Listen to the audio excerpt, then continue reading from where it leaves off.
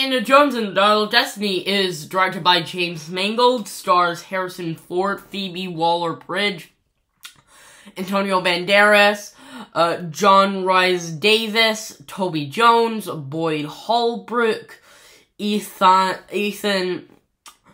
Isdor, and Mads Mikkelsen, and tells the story of archaeologist Indiana Jones races against time to receive a legendary artifact that can change the course of history. Hello, you weird, beautiful movie lovers. My name is Louie, aka Movie Fandom, and today we're talking about Indiana Jones, as you can tell by the intro. So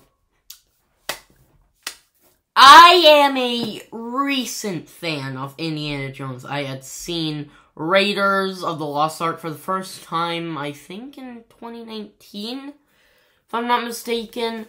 And then I finally watched the sequels, last year in December. And, honestly, after watching that and then going to the trailer after seeing them, oh my god, I was so excited for this movie. Then more came out, and then that beautiful, gorgeous poster came out. And now, the movie is finally here. This has been my second most anticipated movie off June, right with Across the Spider-Verse, and that lived up to it, obviously. And now, me, after seeing this last night,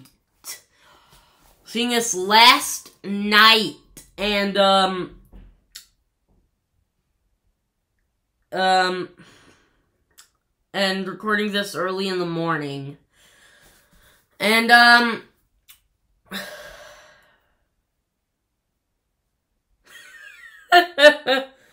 my god. Look, when it comes to final returns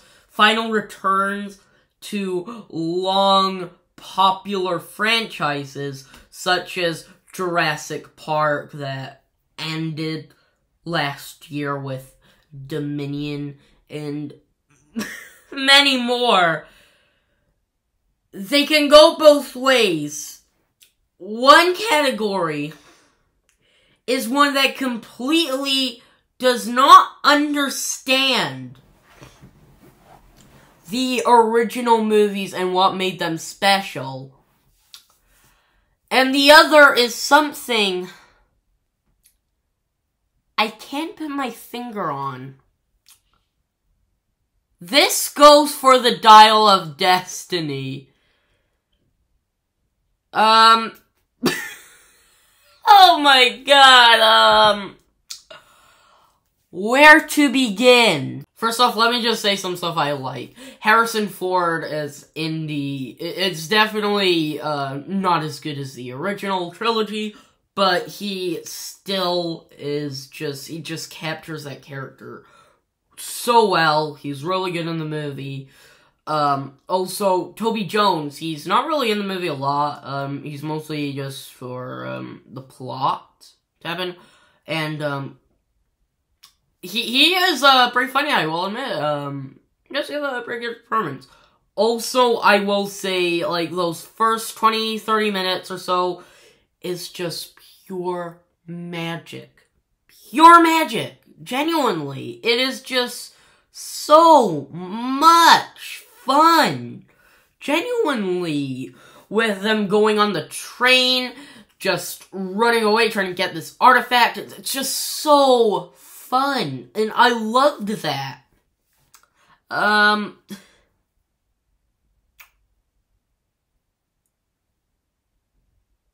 What else to say? Look, I'm not gonna say this movie doesn't have just those positives.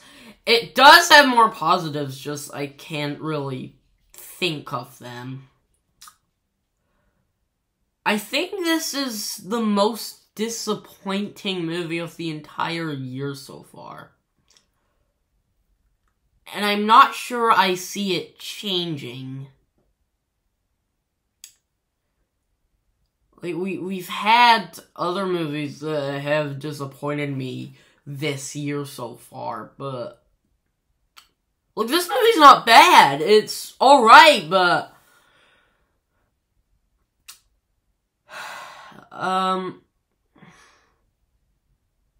Jesus Christ. Oh, holy freaking moly.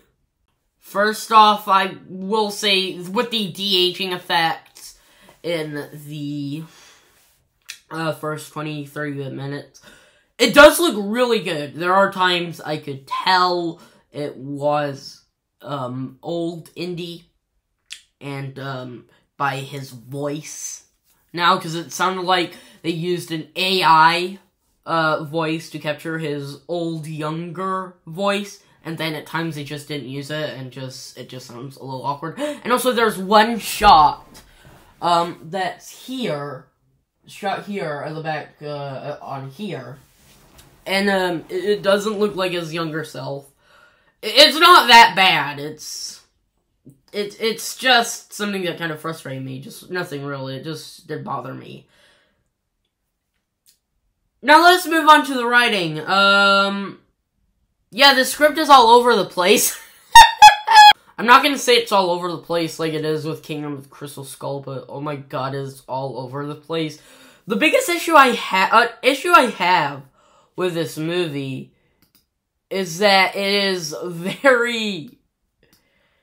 it's all over the place, genuinely, because there's so much going on that it just feels kind of tiring. I kind of got a little tired off it, honestly, and there are just scenes that are just there to drag on with the runtime, because this movie is the longest Indiana Jones movie. It's 154 minutes long. I'm guessing with credits? I don't know. This could have been 20 minutes shorter. This could have been in the 130-ish minute mark. Like, genuinely, it could have been there. Like, because there are just scenes that are just in there to pad the runtime. It just feels so weird and unnecessary, honestly. And it's sad, honestly, for me anyways.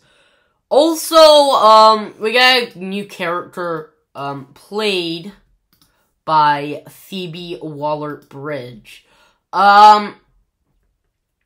She plays Helena Shaw, and I don't hate her as an actress. I haven't really seen her in much. Like, she's in Goodbye Christopher Robin and Solo Star Wars Story. I don't remember her in them, but yeah. She does give a good performance. She definitely captures the character really well. But the thing is, I don't like the character.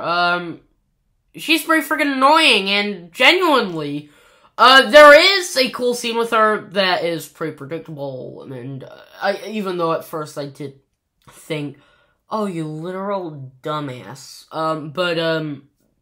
You know, her character's not awful, it's just, character's really annoying, genuinely, and I just really didn't like her. Also, they introduced a new kid, I forgot his name, but,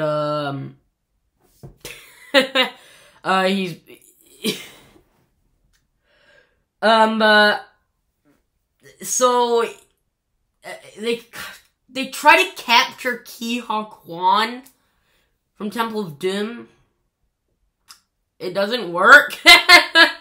Like, genuinely, they want him to be Ki-Ha Kwan so badly. Like, they don't say it, they don't even do a little reference to it, but, like, genuinely, it's so obvious. It is so obvious how much they want another Ki-Ha Kwan that it's just...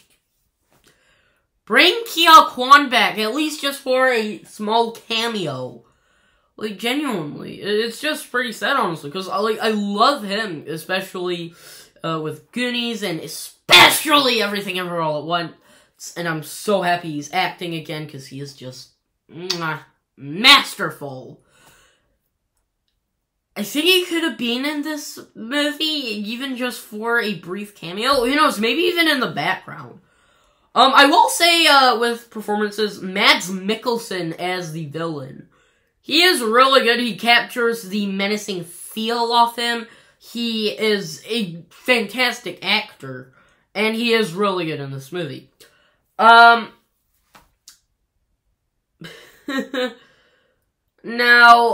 I don't really know what to say. I have a lot to say, but I don't know how to say it.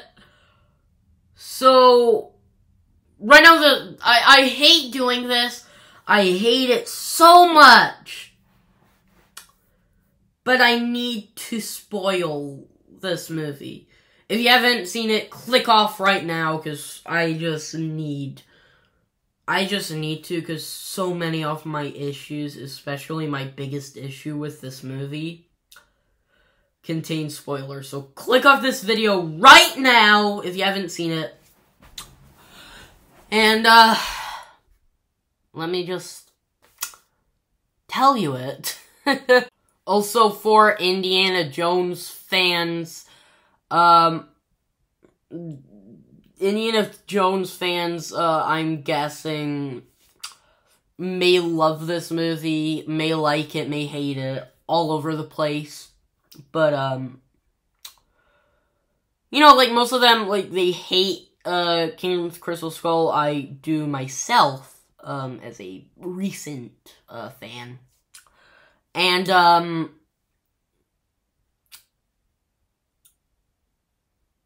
they do time travel in this movie. Yes, time travel.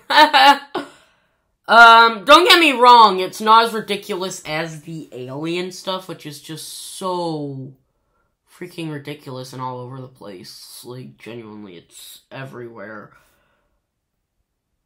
The way they do it with this movie, though, it kind of makes it look more ridiculous. I just can't lie about that, honestly. Like, genuinely. Genuinely. And I'll mention Indiana Jones wanting to stay is freaking ridiculous. Why? They just turned him into a complete dumbass in this movie. And, don't get me wrong with what he does earlier, which is also just so stupid. So, with someone, sorry, just my computer, just cleaning my computer, oh, sorry, when someone is murdered, he goes ahead and touches her, and then he has blood on his hands, her blood, and then when he picks up the phone to call the police, and then when he is held at gunpoint and he lets go, there is blood on it. I'm like, did you even think this through? I mean, old Indy, like, genuinely, Raiders of the Lost Ark, he didn't let Helena, right, Helena? I feel like I didn't get that right. No, Marion, sorry, why did I think Helena?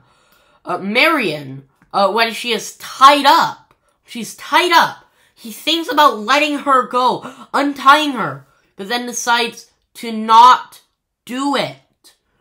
Because when they get back there, they'll notice she is gone. And that is genuinely an incredibly smart move, and this character is so smart, you understand him. That decision, though,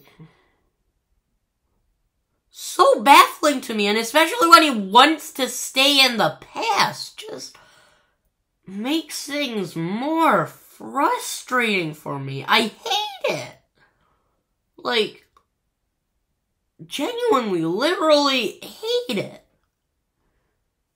It's absolutely ridiculous to me. Like, James Mangold as a director, I'm not saying he is a bad director. I actually love him as a director. I think he is really talented. Logan being one of the best comic book movies of all time, and just a masterful ending.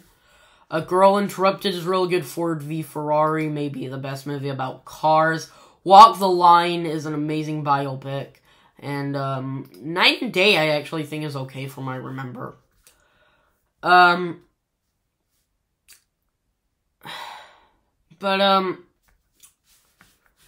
I'm not sure he should have been the director for this movie. I don't know who it is to blame. I'm not sure no one is to blame. I don't know if it's James Mangold, George Lucas, Spielberg, or what, Kathleen Kennedy, even. Yes, that Kathleen Kennedy also, sorry, I just had to, I don't know why I just wanted to say that. But,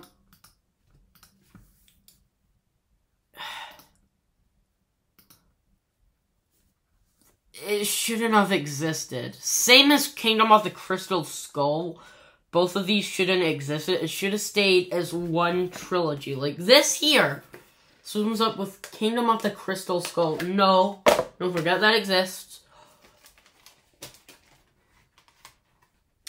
These three are the only ones that exist, genuinely, with the amazingness. Raiders of the Lost Ark being one of the best movies of all time and being so great in pop culture. Temple of Doom being not as good. It's not a masterpiece. It has issues, especially with its pacing. But we get some amazing scenes of horror and action, and Ke Huy Quan also, and The Last Crusade being the best one with emotion, and I love the relationship. The Kingdom of the Crystal Skull, what does that have with emotion, entertainment? What? Is it entertaining to see how bad the CG is or something? I don't know. There's no heart in it, and there is heart in this movie, but, you know, it just, it doesn't really work. It just, they try to capture the magic with some scenes, and not mention with the ending, where, where him and Marion kiss, with one of the best scenes in the entire franchise, it just tries to recapture that magic. But it doesn't do it right. And it's pretty sad, honestly. Overall, Indiana Jones and the Dial of Destiny isn't bad. We get a fantastic score from John Williams, because I forgot to mention, his score is magnificent. It's a masterpiece. If it was just a score, be an A+, because he goes all out with it. But especially for his last score, but I wish it was in a better movie. The story, characters have just gone. The magic is gone. It's missing the magic. It's just missing the adventurous part. There are some great action, but overall, this movie just ended up being okay. So I'm gonna give Indiana Jones and the Dial of Destiny a B-.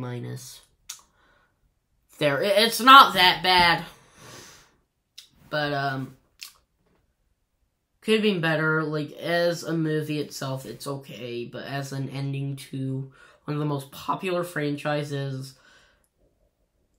it's just disappointing, honestly. So yeah, those are my thoughts on Indiana Jones and the Dial of Destiny. What did you think about it? Did you love it? Hate it? Let's agree, disagree down below in the comments. Come on, let me know. And, yeah, as you can tell, I have a new background here. I have already shot a video in it, but, that will come out, 1st of July. I finished editing it. So yeah. That'll come out 1st of July. Anyways, I hope you enjoyed it. Yeah, that's it. Stay awesome.